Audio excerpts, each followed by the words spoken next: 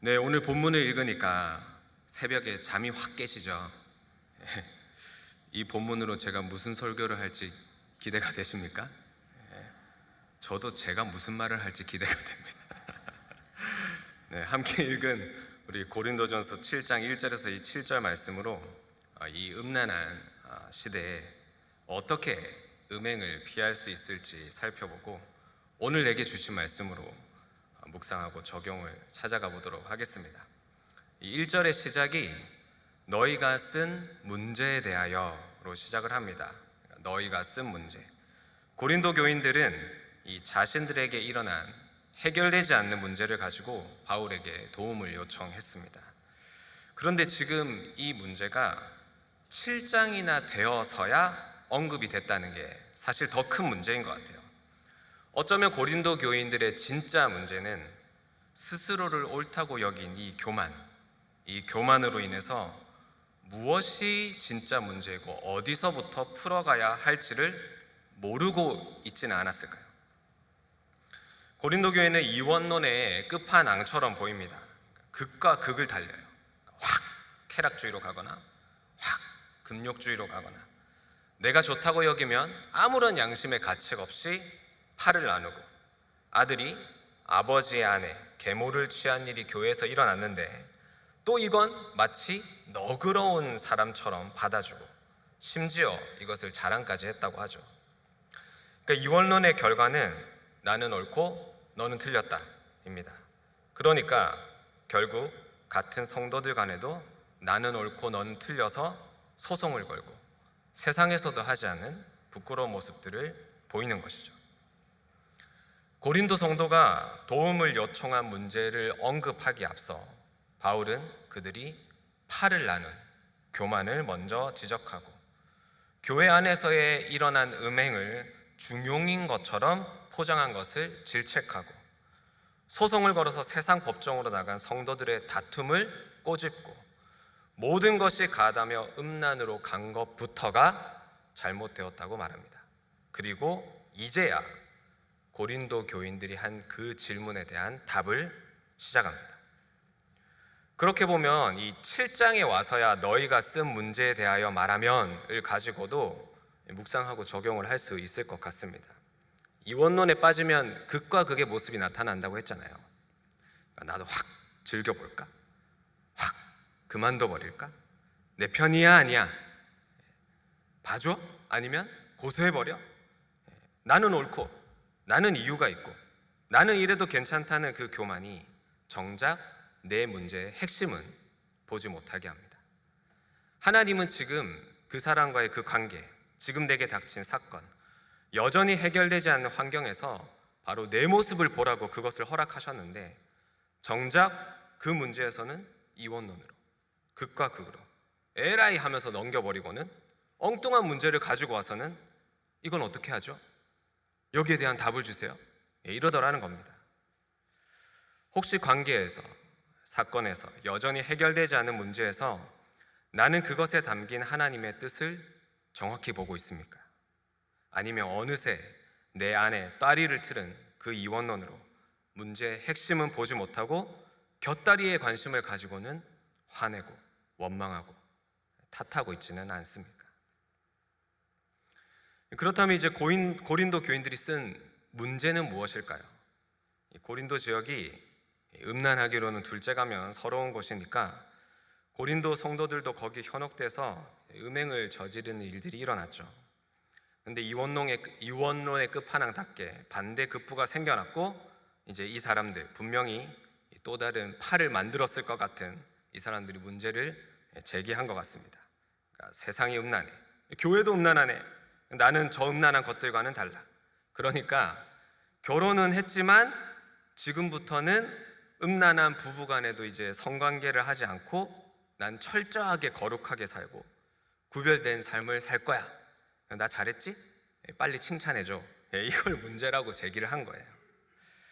바울 역시도 금욕적인 삶을 산 것으로 많이 알려져 있기에 나도 당신처럼 살고 있으니까 어서 나를 인정해달라, 이런 의도도 깔려 있을 것 같습니다.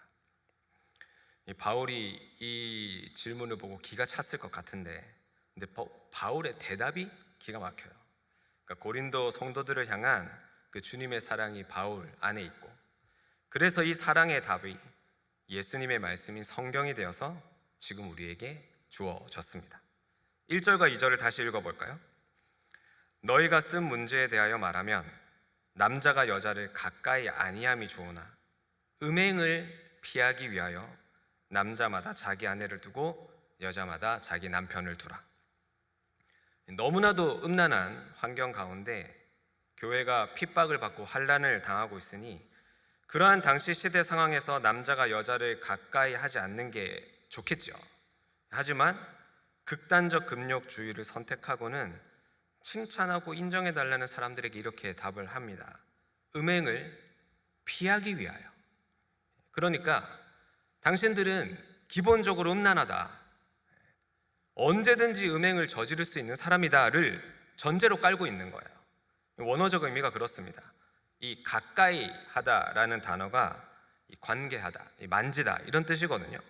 그러니까 남자가 머릿속에 온통 음란한 생각을 품고 막 여자를 만져보고 뭐 어떻게 해보려고 하는 이것을 참아내는 그 마음 뜻은 좋죠. 근데 그렇게만 살기에는 우리는 너무나 음란하고 연약한 죄인이라는 겁니다. 이 극단적인 모습이 오히려 그 사람이 그 부분에서 연약하다는 이 증거일 수가 있잖아요. 남들은 쉽게 넘어갈 수 있는 문제에 막 펄쩍 뛰고 과하게 반응하고 극단적인 반대급부로 가는 사람들을 보면 오히려 그 문제에 있어서 예민하고 약하기 때문에 그럼을 보지 않습니까? 그래서 남자마다 자기 아내를 가져야 하고 여자마다 자기 남편을 가져야 한다고 답을 합니다. 이 의기양양하게 바울의 칭찬과 인정을 기대했을 이 사람들이 이 편지의 답을 봤을 때 되게 어안이 벙벙했을 것 같아요. 3절 4절 함께 읽겠습니다. 남편은 그 아내에 대한 의무를 다하고 아내도 그 남편에게 그렇게 할지라. 아내는 자기 몸을 주장하지 못하고 오직 그 남편이 하며 남편도 그와 같이 자기 몸을 주장하지 못하고 오직 그 아내가 하나니. 코린티 이스마이, 고린도 사람 같이 하다라는 말인데 당시에 이 말이 이제 매춘을 하다, 창녀를 찾다 이런 뜻으로 통용되는 말이었다고 합니다. 그만큼 당시 시대는 이 여자를 성적 대상으로만 여기는 경우가 허다했고 특히 이 고린도 지역은 더 말할 필요도 없었죠. 그런 상황에 이 바울의 말, 남자가 아내 몸을 서로가 주장한다는 것, 이 말은 가히 센세이션이었을 것입니다. 근데 바울이 이 결혼을 아주 본능적이고 육체적인 관점에서 보았습니다. 음행을 피하기 위해 자기 아내와 자기 남편을 두라고 했잖아요. 그리고 서로 의무를 다해야 한다고 합니다. 여기서 의무는 당연히 육체적인 관계, 부부간의 성관계를 의미합니다. 음란한 너와 음란한 내가 만나서 결혼을 했으니까 이제는 상대에 대한 의무로도 부부관계를 가져야 한다는 말이죠. 이 4절에 아내가 자기 몸을 주장하지 못하고 오직 그 남편이 하고 남편도 자기 몸을 주장하지 못하고 오직 그 아내가 한다는 말을 쉽게 풀면 결혼을 하고 나서는 부부의 성관계에 있어서 주체가 이제는 나가 아니라 남편과 아내, 너에게 있다는 것입니다. 내가 아무리 피곤해도 막 기분이 안 좋아도 썩 내키지 않아도 아내가, 남편이 관계를 주장하면 해야 할 의무가 있는 것이 부부가 함께 음행의 문제를 피하는 열쇠라는 말이죠. 결혼 전에는 그렇게 하지 말라고 해도 만지려고 난리잖아요. 네, 죄송합니다. 예, 거룩한 새벽 강단에서 아유, 본문이 왜 근데 이제는 결혼했다고 막 안 만지려고 해. 근데 이제 상대방이 나 만져줘 그러면 이제 만져줘야 하는 것이 부부의 의무라는 거예요. 그래서 오늘 부부끼리 많이 오셨을 건데 이렇게 한번 고백해 주시죠. 내 몸은 당신 거야. 시작. 네, 동의가 되십니까? 아니, 너무 적나라한 표현이고 교양 없이 좀 저급하고 몰상식하다고 혹시 느껴지십니까? 근데 고린도 교회의 문제는 사실 음행이 먼저가 아니고 음행이 주가 아닌 것 같습니다. 교만이 먼저고 파가 갈리는 분열이 먼저입니다. 어떤 면에서 음행을 이렇게 저지른 사람은 그 드러난 잘못이 이렇게 확연하니까 뭐 얼렁뚱땅 넘어가려고 하거나 뭐 감추려고 있으면 지적하고 드러내서 고치고 치리를 하면 됩니다. 오히려 쉬워요. 근데 진짜 바울이 대하기 어려운 사람, 변하지 않고 변할 생각도 없이 파를 나누는 사람은 누구일까요? 바로 부부관계도 음란으로 간다면서 나만의 열심과 자기만의 거룩으로 혼자 의롭고 혼자 당당한 사람입니다. 우리는 다 죄인입니다. 인정하시죠? 그래서 우리는 하는 것이 다 악합니다. 제대로 판단할 수 있는 게 거의 없어요.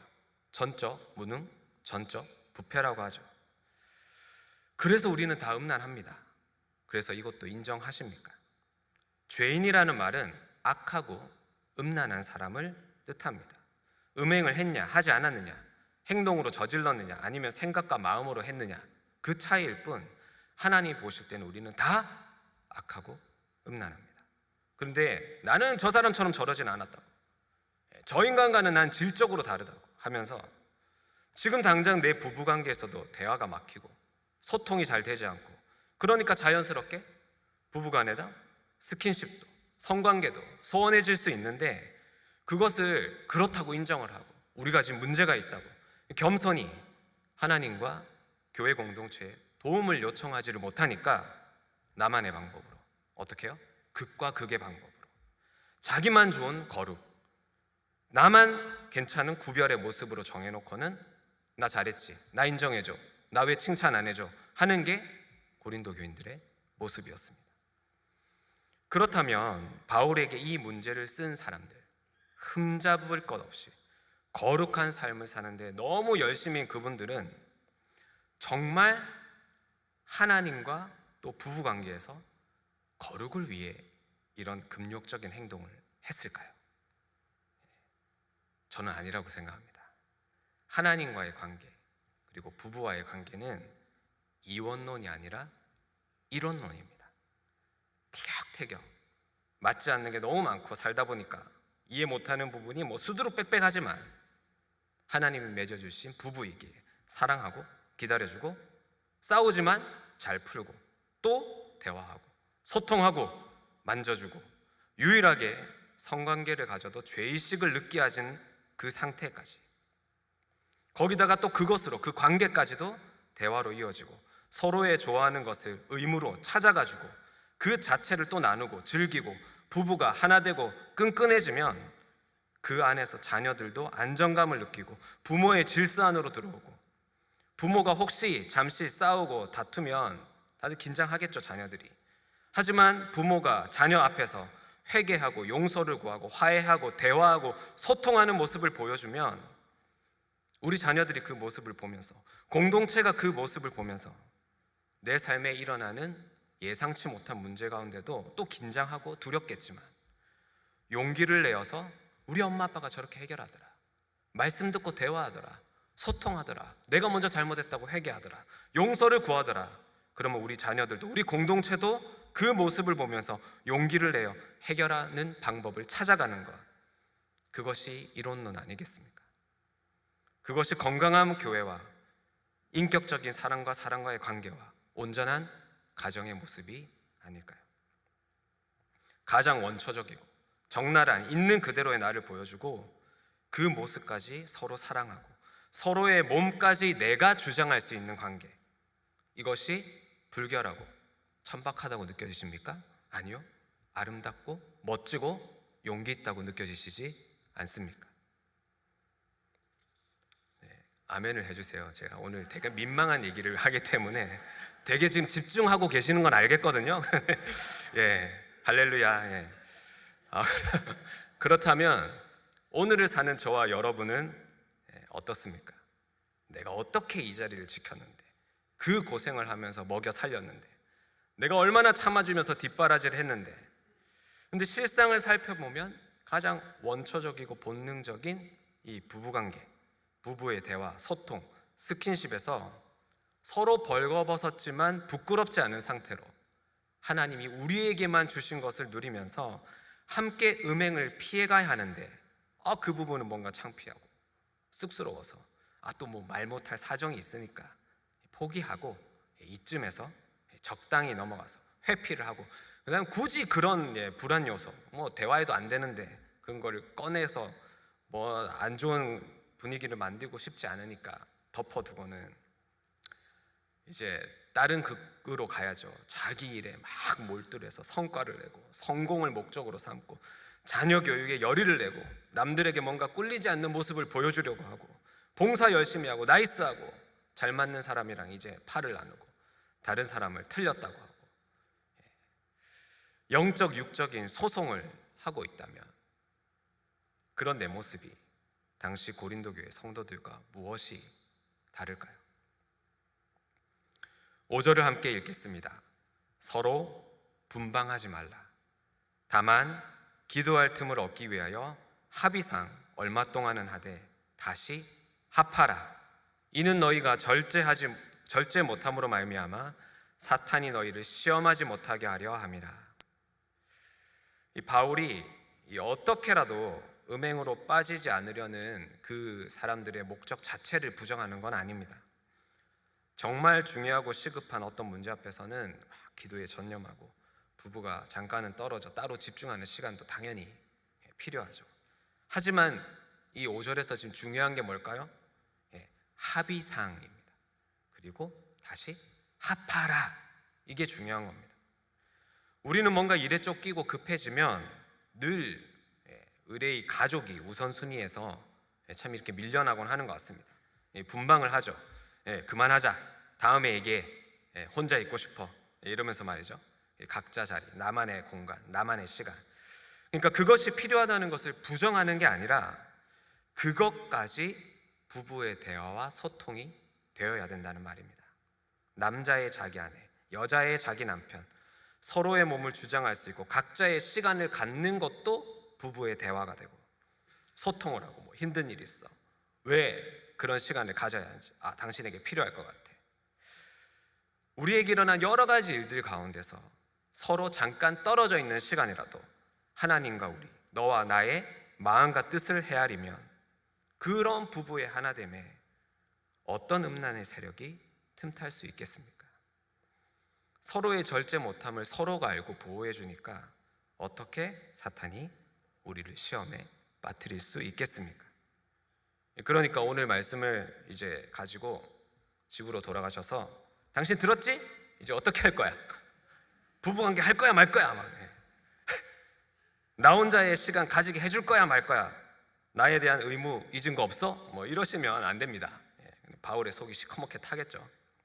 그러니까 먼저 7장에서 오늘 본문이 시작됐다고 했잖아요. 내가 어디에서부터 문제가 있는가를 알아야 한다고 했습니다.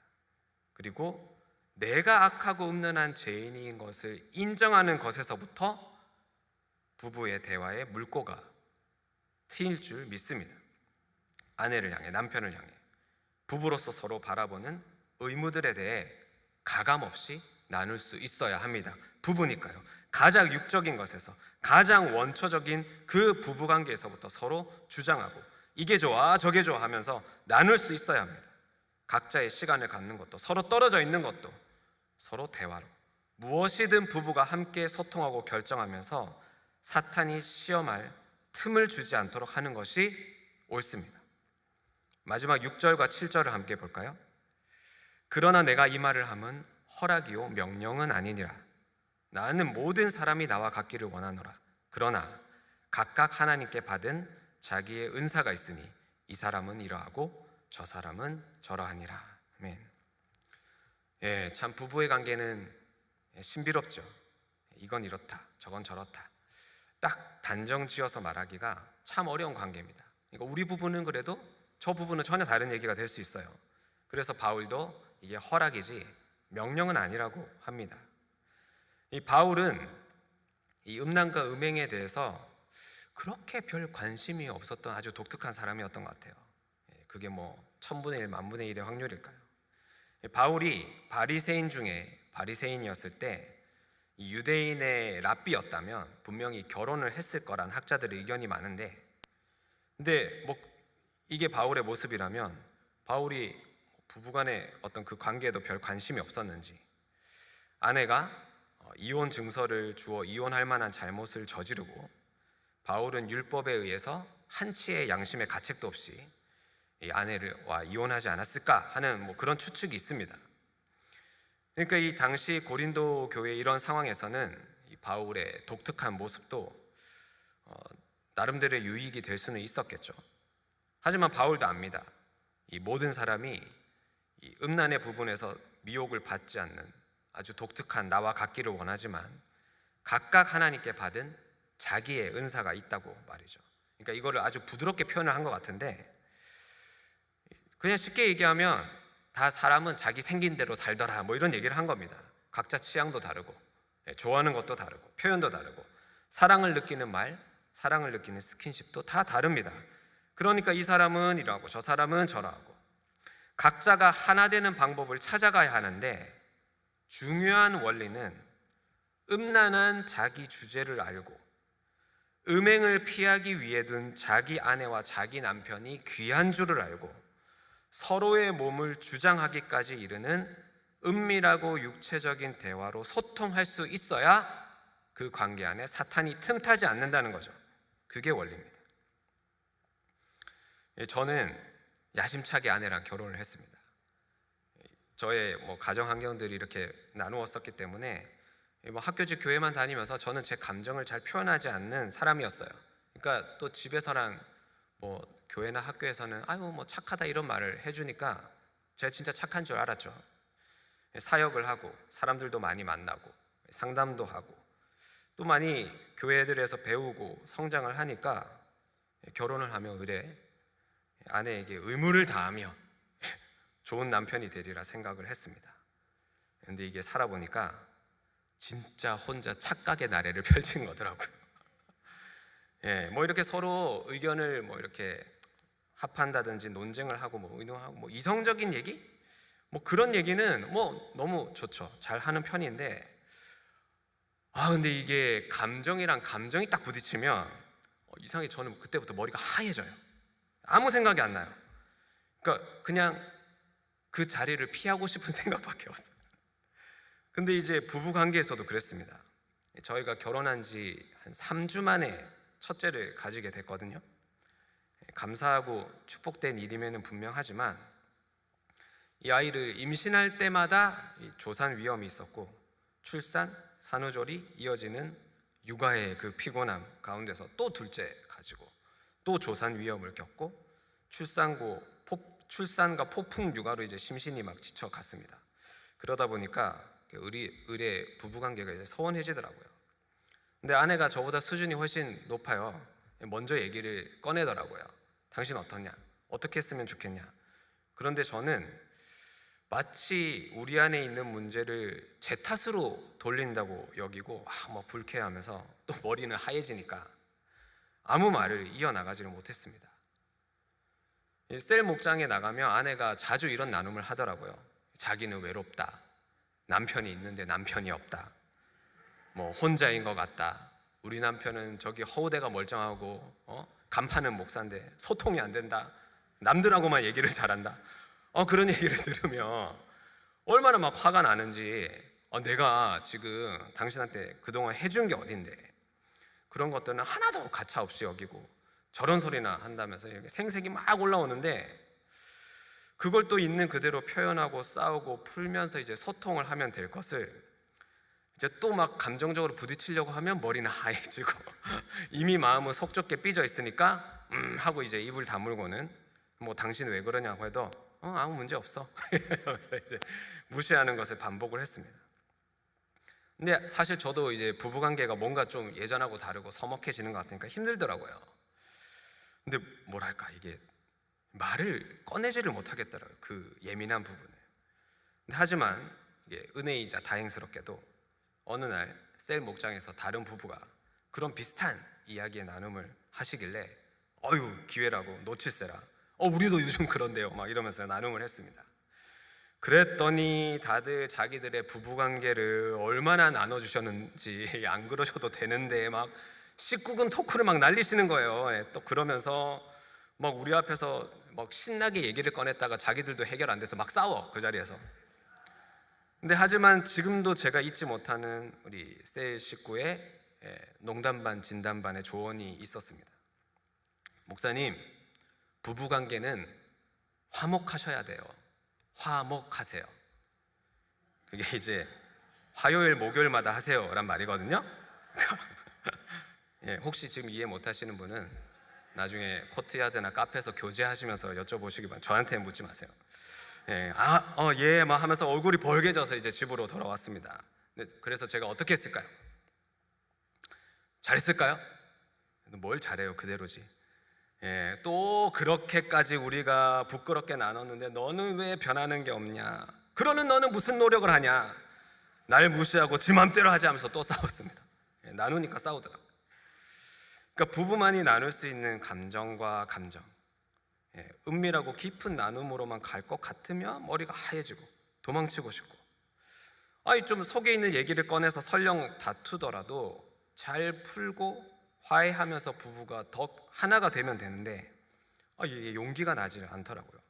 제가 그걸 본 적도 없고 해본 적도 없어요. 뭔가 머릿속에 막 심각한 고장이 난 것처럼 느껴지더라고요. 내가 크게 문제가 있는 것처럼. 하지만 제가 잘한 게 있다면 고린도 교인들처럼 그 문제에 대해 써서 바울에게 물었어요. 셀 목장에서 나누고, 집에 가면서 싸워도 그 다음 주에 또 싸웠다고 나누고, 또 나누고, 기도하면서 하나님의 때를 기다렸습니다.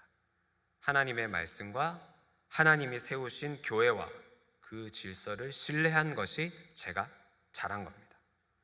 드디어 그날이 왔어요. 아내랑 그날도 티격태격 하는데 제가 얼굴이 굳어져서 제 얼굴만 보면 알거든요. 이렇게 도망가려고 하니까 아내가 이제 버럭 화를 내면서 제 팔을 딱 잡고 왜 또 도망치냐고 그러더라고요. 근데 이제 저도 갑자기 딱 이렇게 잡으니까 어쭈 이러면서 이제 오늘은 한번 해봐야겠다 는 심정으로 제 평생 저를 가두고 옥죄고 있었던 그 감정의 끈을 한번 놔버렸습니다. 그러니까 말을 할 때 생각을 안 하고 말하기로 이제 처음 시도를 해본 거죠. 근데 저는 이제 늘 두려움이 있었어요. 어렸을 때 가정 환경과 자라나면서 제 감정을 이렇게 막 팍 폭발시킨 게 없이 다른 가족들의 감정의 폭발을 늘 받아주는 역할이었기 때문에 제 안의 감정을 만약 터뜨리면 막 짐승이 돼서 다 집어 던지고 소리 지르고 막 폭력을 휘두르고 막 그럴 줄 알았거든요. 전혀 새로운, 제가 생각지도 못한 제 모습이 나왔습니다. 제가 제 입으로 말을 하는데도 제가 그 말을 들을 때 정말 재수없는 사람이 나오더라고요. 제가 제일 싫어하는 모습이 저한테서 제 그 감정의 고삐를 딱 푸니까 얼마나 말을 재수없게 하는지, 비꼬고 막 상처 주는 말만 골라서 하고 막 날카롭게 막 후벼 파고 막 말도 못해요. 제가 놀랐어요. 근데 그날 아내가 저랑 결혼하고 싸우면서 한 번도 운 적이 없었거든요. 근데 제가 그렇게 재수없게 보니까 아내가 처음 울더라고요. 제 앞에서 싸우다가 와 처음으로 이겼다는 그 쪼잔함도 잠시 쪼잔한 거 압니다. 근데 기분이 좀 이상해졌습니다. 제가 저 스스로 보면서 놀랐는데, 그러고는 이제 말없이 서먹하게 분방은 하지 않고 잠을 잤습니다. 그 다음 날이었어요. 얼마나 어색하겠어요. 제가 이상한 짓을 한 걸 아니까. 아침에 일어나서 어색하게 이제 거실로 갔는데 이게 웬일, 아내가 막 정성스럽게 아침을 준비했더라고요. 그래서 엉겁결에 이제 앉아서 아무 말도 하지 않고 밥을 먹는데 아내가 제 옆에 쓱 오더니 왜 이래 이랬는데 제 어깨를 툭툭 치면서 어제 잘했어 그러더라고요. 그때 이제 갑자기 밥 먹다가 눈물이 막 왈칵 쏟아질 것 같은데 그것도 자존심이라고 하고 이제 엄청 참았습니다. 지금 생각하면 그때 좀 맘 놓고 그냥 펑펑 울고 아내한테 아마 안겼어도 괜찮았을 것 같은데 아직 제가 갈 길이 멀어서 그랬나 봅니다. 그러니까 별일 아닌 것 같죠? 근데 저한테는 아니에요. 저는 그날 제 안에서 기적이 일어나는 걸 경험했어요. 그날 이후로 아내와 또 감정과 감정이 대립해서 다투게 되는데 머리에 생각이라는 게 돌아가기 시작하더라고요. 하얘지지 않았어요. 좀 뿌옇긴 하지만 아내가 저한테 덤벼드는 그 감정을 건드리는 말에 제가 회피하지 않고 그 대화를 이어갈 수가 있겠더라고요. 할 말이 생각이 나더라고요. 아내가 그때 저를 기다려주고 격려해준 그 한 번을. 근데 제가 이 말을 왜 할까요? 그 대화의 시작이 어디까지 이어졌을까요? 네, 부부만이 할 수 있는 은밀하고 깊은 그 부분까지 대화가 시작되더라는 겁니다. 더 이상 숨거나 회피하지 않고 그러고 싶지 않았습니다. 문자 그대로 화목하세요가 아니라 부부가 화목할 수 있는 원초적이고 원색적인 대화가 그때부터 시작이 되더라고요. 저는 바울과 같지 않아요. 제 은사라면 저는 가만히 놔두면 엉뚱한 짓 하고 사고치고 저는 교회를 만약에 떠나면 음행으로 갈 능력이 있습니다. 저는 믿어요.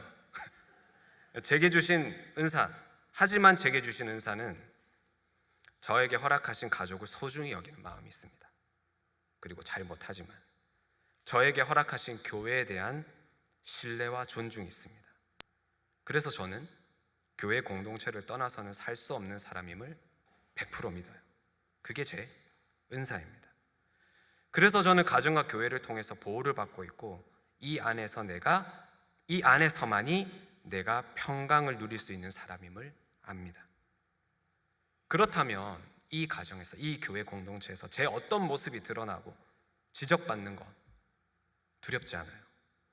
부끄러움은 당하겠지만 그것이 나의 소중한 가정과 내 소중한 교회를 떠날 어떠한 이유도 되지 않습니다. 오늘 우리 성도님들은 어떠십니까? 화목하세요? 큰 일, 가치 있는 일, 성공하는 일, 남부럽지 않은 일, 자수성가하고 인내하며 버텨온 일 중요하죠. 하지만 그것에 앞서서 지금 나에게 주신 아내, 남편, 가족 그 관계에서 내 실체를 인정하고 상대방의 어떤 말도 들어줄 수 있는 사람이 되고 대화하고 소통하면서 군림하거나 나의 의로움과 나의 잘난과 나의 거룩과 나만의 열심으로 휘두르지 않고 각자의 은사대로 하나 되어서 우리 부부의, 우리 가정에 사탄이 틈탈 그 틈을 주지 않고 있으십니까? 내가 지금 얼마나 최선을 다하고 있는데 그 착각, 그 나만의 착각 말고 정말 나의 가족이, 나의 아내가, 나의 남편이 나를 편하게 생각해서 어떤 이야기도 나누고 대화하는 그런 관계에 있으십니까? 이 시간 우리 함께 찬양하고 기도했으면 좋겠습니다. 하나님이 오늘 이 말씀을 주시는 것은 우리를 판단하고 정죄하고 부끄럽게 하시는 것이 아닌 줄 믿습니다. 자유로워지라고, 평안 안에 거하라고, 기뻐하라고, 내가 너에게 허락한 그 삶, 가정과 부부관계 충분히 누리라고, 그 안에서도 이 땅에서도 천국을 경험할 수 있다고 우리 가운데 기대를 주시는 게 아닐까요? 우리 시간 말씀을 기억하며 우리 함께 찬양합시다. 주 안에 우린 하나, 주 안에 우린 하나, 모습은 달라도 예수님 한 분만 바라네. 사랑과 선행으로 서로를 격려해 따스함으로 보듬어가니 주님이 우리에게 주님 우리 안에 함께 하시니 형제자매의 기쁨과 슬픔 느끼네. 내 안에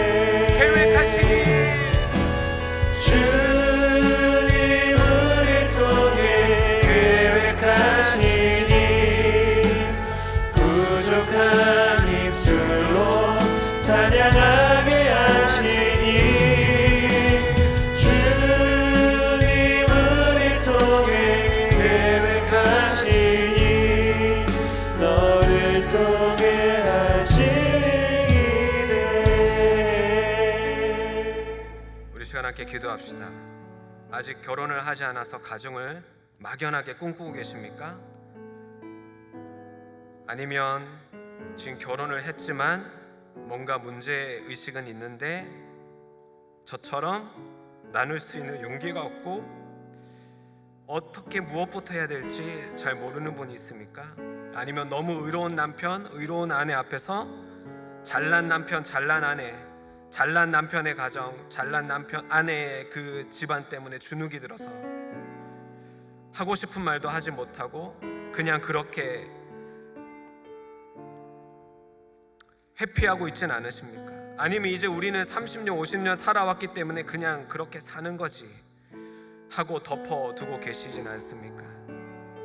이 시간 기도할 때 하나님, 우리 가정의 관계가 온전히 회복되게 하여 주시옵소서.